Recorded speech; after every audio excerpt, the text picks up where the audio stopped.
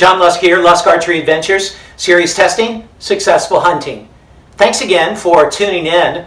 I'm going to be testing another Broadhead here in just a minute, but I do want to encourage you to follow me on Instagram, follow me on Facebook, Lusk Archery Adventures in both of those places, and feel free, even here on the video, to ask whatever questions that you may have here in the comments section. Please make sure that you subscribe, spread it to your friends, encourage them to subscribe, and hit the little bell so you can get notifications when I come out with more videos. I've got a lot more coming out. So, and please give it a thumbs up if you like it, okay? The new Broadhead that I'm going to be testing is a pretty creative one, and that is the Siege Broadhead by Huntsman Archery, okay?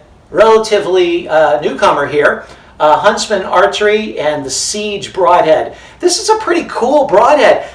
Again, you know, if you watch me, I love it when companies come out with some innovative design, because you go, how innovative can you be with a sharp thing on the end of a stick? Well, man, people continue to be innovative. And especially with a fixed blade, it's hard to be innovative. So this one has figured out a way to do it. Even with a two-blade fixed blade, they figured out how to be innovative. And what they do is they have this 100% stainless steel head. The blades are 0.048 inches thick. And the main blades here are single bevel. The front blades, the leading blades, are double bevel. But these are single bevel blades.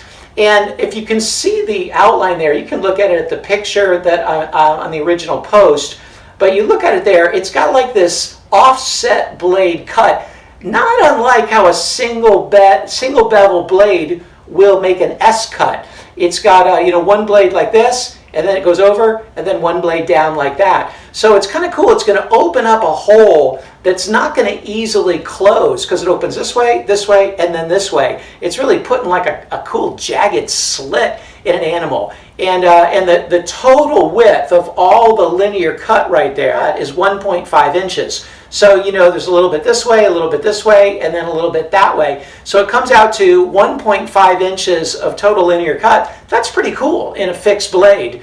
And again, thick blade, so they're going to, hold up pretty well, apparently.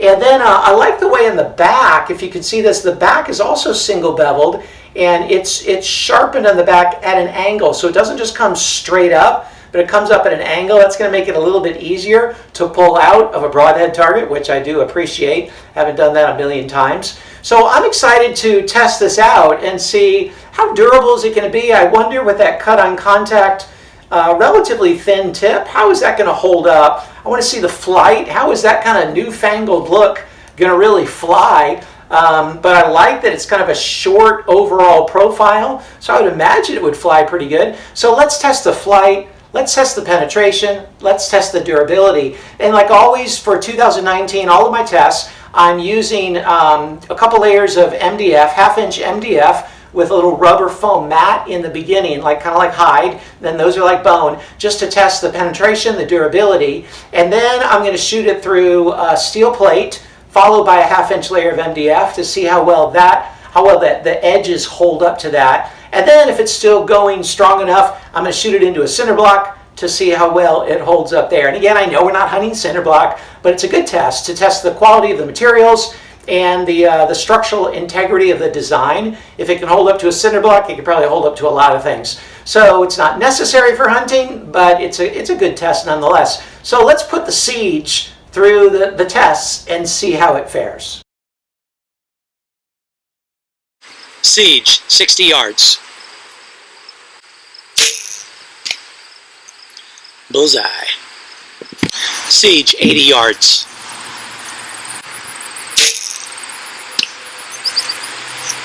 Bullseye.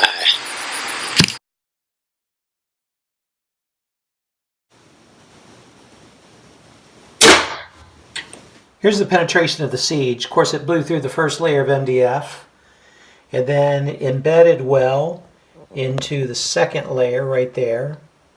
You can see it stuck in about half the length of the broadhead.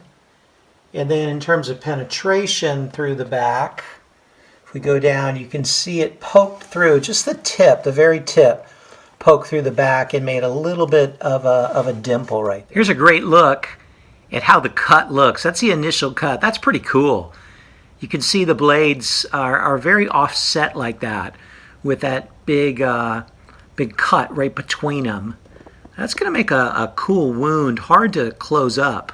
In terms of the durability, after at least through that layer and a half of MDF, the heads are in perfect condition. The blades are in perfect condition. Spin's true. I mean, the blade's still very much shaved nail. Just as sharp, it seems like, as when they went in. I'm impressed with that. Here's the siege into a steel plate. Here's the penetration through the steel and that layer of MDF. You see that it did fairly well there. Blew right through that, and then you can see the head came all the way through and almost made it to the second board. Didn't quite touch the second board there. There's the cut through the steel plate. That's a really cool looking cut. It's amazingly similar to a two-blade single bevel. It has that classic S cut, and it's supposed to be rotating, but I don't know if it's so much as the rotation. It does look like it's rotating a little bit, but it's mainly just that shape is like that in the first place. So it's a really wicked cut. I imagine that's going to make a nice wound channel, and again, difficult for it to seal up. In terms of the head itself, you look at it here, it did extremely well. The tip, even though it's like a cut on contact tip, the tip held up really well. It did not fold over at all. A little bit of damage to the blade right there. You can see the blade. Yeah, there we go. You can see the blade experienced a little bit of damage right there, and the other one did in the same place. That's where it absorbed most of the impact. But the rest of the blade in really good shape, and even that could be easily sharpened out. So I'm impressed with how it did through the steel plate, and that means that next it's going into the cinder block. Now I'm going to shoot the siege into the cinder block. And again, I know that cinder block is not necessary for testing. I know we're not hunting cinder block, and honestly, I would feel very comfortable shooting a head like this one that did well through the steel and through a few layers of MDF and held up fine. But I do think it's a good test, a zero penetration test, just to see what the structural integrity is really like and to see what happens in a very hard hit like you could experience on an elk femur or something like that. So again, not necessary, but if I'm choosing between two heads and everything else is even, except one can handle the cinder block and one can't, then I know which one I'm going to use in the field. So let's see how the siege does.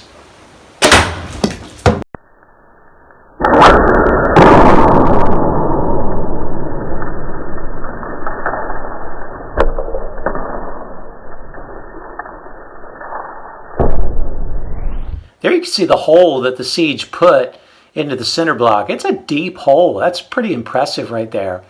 And then you see the whole block is just falling apart. I put so many arrows into this, and that's more of an impact of the heavy bishop arrow than it is anything else.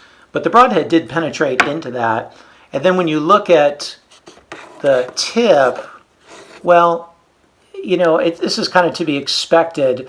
I mean, this is a cut on contact flat tip, you know, like a classic two-blade tip, and it bent considerably over. It completely folded over. So that would not be penetrated anymore. Now, when you consider a head folding over like that, I would much rather have a head bend than break. If a head shatters or breaks in an animal, well, then it's no good.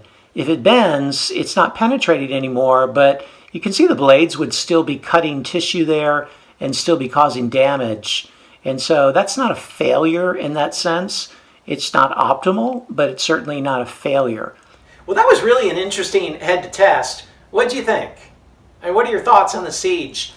For me, I was impressed with the flight. First of all, it flew very well, very forgiving out to 80 yards, and then was really impressed with the penetration. It penetrated quite well. If you compare it to some other videos, you can see it penetrated well, especially through that steel. It went a lot farther than many others do.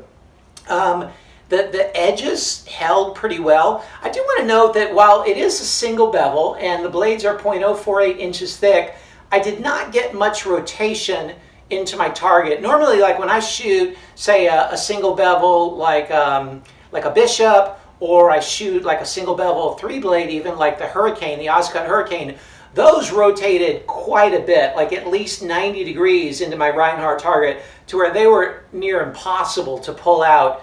This one really did not rotate much. I mean, it rotated maybe, I don't know, maybe like that much into the Reinhardt.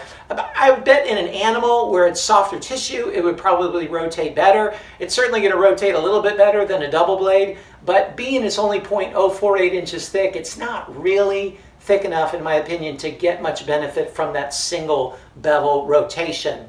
Nonetheless, it is an extra feature there, and the blade held up pretty well. Now, when you go into the concrete, you see that it got a little bashed up.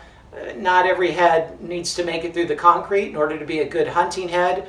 It didn't shatter, which is nice. It just kind of curly-cued right there, okay? Kind of like the Wicked Trick did. It just kind of folded over. But overall, I'd say this is worth a look. It's a creative look, and it's a creative head, and I think it did some damage. I think it would do pretty well on a number of animals. So props to Huntsman Archery. Good job with the Siege.